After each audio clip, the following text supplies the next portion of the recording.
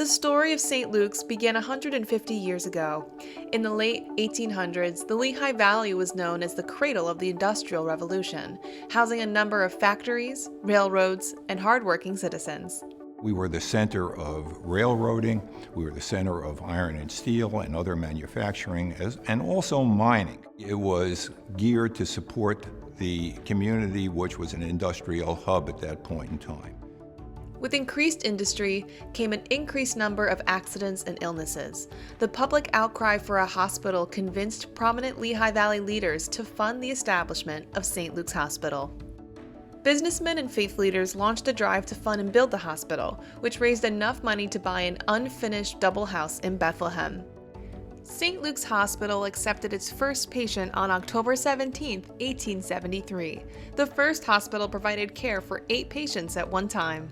By the late 19th century, the hospital became a general hospital that served more than men working in factories. St. Luke's provided this care in a building that would later become the Fountain Hill campus.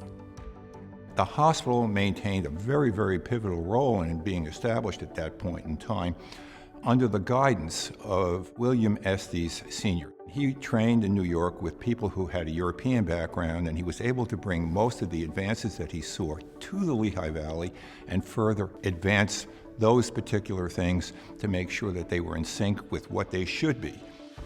In 1884, St. Luke's School of Nursing, the nation's oldest nursing school in continuous operation, was established. The Annie P. Lockhart Women's Pavilion, the Merritt A. Wilberg Children's Pavilion, and the Rebecca Mickley Thomas Operation Room Pavilion were all opened by 1903. St. Luke's continued its growth as Robert Sayer presented the William H. Chandler Memorial Biological and Pathology Laboratory in 1909.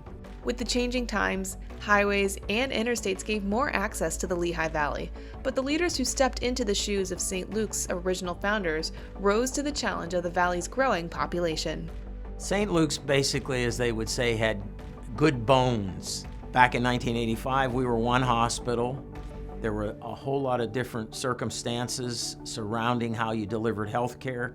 What's driven the change in a lot of cases is being able to be agile and change directions quickly.